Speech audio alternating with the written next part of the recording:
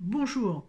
Alors aujourd'hui, je vous reviens à nouveau avec un auteur que j'affectionne particulièrement, qui est Greg Braden.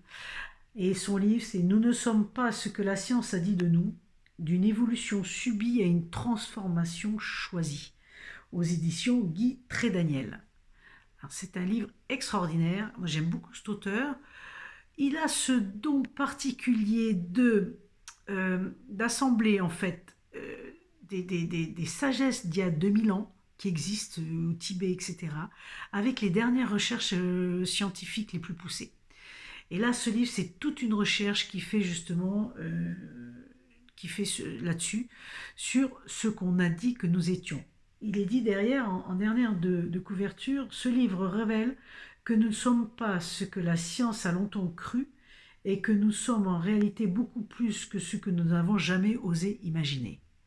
Et en fait, ce livre, c'est un condensé. Il va vous expliquer dans toutes ces pages pourquoi il avance ça et comment vous le prouvez avec des recherches scientifiques.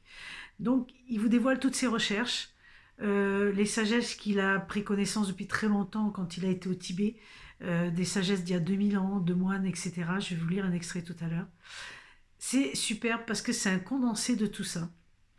Il a ce don d'expliquer d'une façon mais extrêmement limpide et très simplement des choses sur l'ADN, sur les gènes. Écoutez, moi qui ne suis pas scientifique du tout, je comprends ce qu'il dit. Donc voilà. Et c'est vraiment abordable à tout le monde.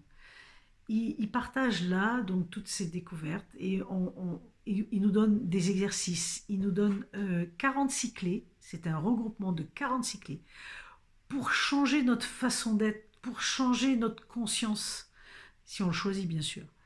On va parler d'ADN, je vous ai dit d'ADN, du vieillissement, de nourriture, d'effet du stress sur nos cellules, d'un tas de choses extrêmement intéressantes, et notamment le stress, les peurs, etc. Et aujourd'hui, je trouve que c'est pas mal de pouvoir savoir comment gérer un petit peu ça. Je vous lis un extrait que j'aime beaucoup. Là, il parle de la longévité, justement, de l'effet de l'âge. Et il nous dit, la clé se trouve dans la réponse du moine. Il ne me dit pas qu'il avait 93 ans. Il ne dit pas qu'il avait déjà utilisé 93 ans de son réservoir d'énergie. Il a simplement dit que 93 années s'étaient écoulées depuis qu'il était arrivé sur Terre. Autrement dit, il a confirmé sa longévité sans souligner les conséquences de son âge. Cette façon totalement naturelle et subtile de reconnaître notre temps sur Terre a de fortes implications sur l'horloge biologique de nos cellules. C'est la clé de la longévité et la qualité de vie que j'ai pu observer chez les moines et les moniales au Tibet. Oui, il a beaucoup été au Tibet, mais il a été aussi chez les Amérindiens, donc il y a aussi des exemples chez les Amérindiens, dans d'autres contrées du monde. C'est vraiment un livre passionnant qui révèle ses recherches. Moi, je l'ai lu d'une traite parce que on découvre plein de choses et on a des clés. C'est ça qui est fabuleux. Donc, si vous avez le cœur voilà, si vous avez l'élan, c'est le cœur qui parle.